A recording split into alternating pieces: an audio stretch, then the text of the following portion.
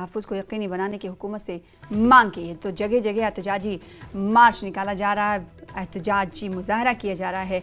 ये एहतजाजी मुजाहरा बिलावर में किया गया, कठुआ में किया गया और दहशतगर्दों के खिलाफ सर्च ऑपरेशन शुरू करने की और उन्हें कैफर किरदार तक पहुंचाने की मांग की गई। ये तमाम लोग जो कैंडल हाथ में लिए हुए हैं,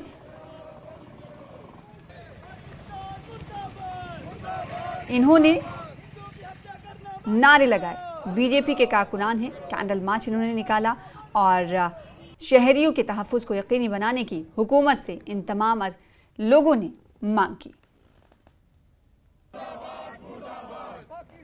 भी जानते हैं कि कुछ दिन पहले जो हमारे निर्दोष 3 युवा बनी क्षेत्र कठुआ ज़िला में बनी क्षेत्र है, वहाँ पे लोहाई महार है, वहाँ से वो गुम हो जाते हैं। उसके बाद कल उनके बड़े ही दुखदायक रूप में उनके शव मिलते हैं। तो ये बहुत ही दुखद घटना है। तो जिसके लिए दोपहर को भी हमारे कठुआ के जितने विभिन्न संगठन हैं, चाहे वो राजनीतिक हो, सामाजिक हो, जितने उन सभी संगठनों के कार्यकर्ता मिलकर जो कालबेड़ में विरोध प्रदर्शन किया था, तो इसी के अंतर्गत आज अभी शाम को जहां कठुआ जिला में जे मुखर्जी चौक में हमारे भाजपा कार्यकर्ताओं ने जे कैंडल मार्च निकाला है। उन जो भी हमारे 3 निर्दोष युवा जिनकी निर्मम हत्या की गई है, तो उनकी आत्मा की शांति के लिए जे हमने कैंडल मार्च निकाला है। और हम सरकार से जे बोलते भी हैं कि इनकी निष्पक्ष जांच हो।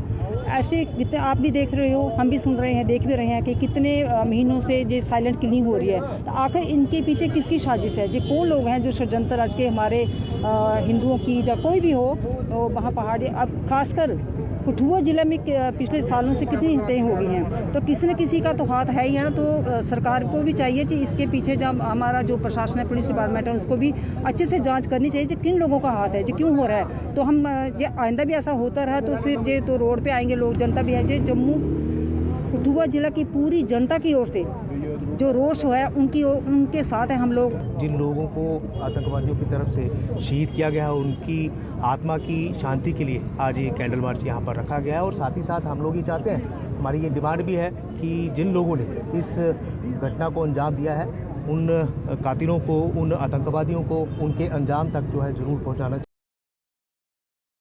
फिलहाल इसी के साथ रुकेंगे छोटे से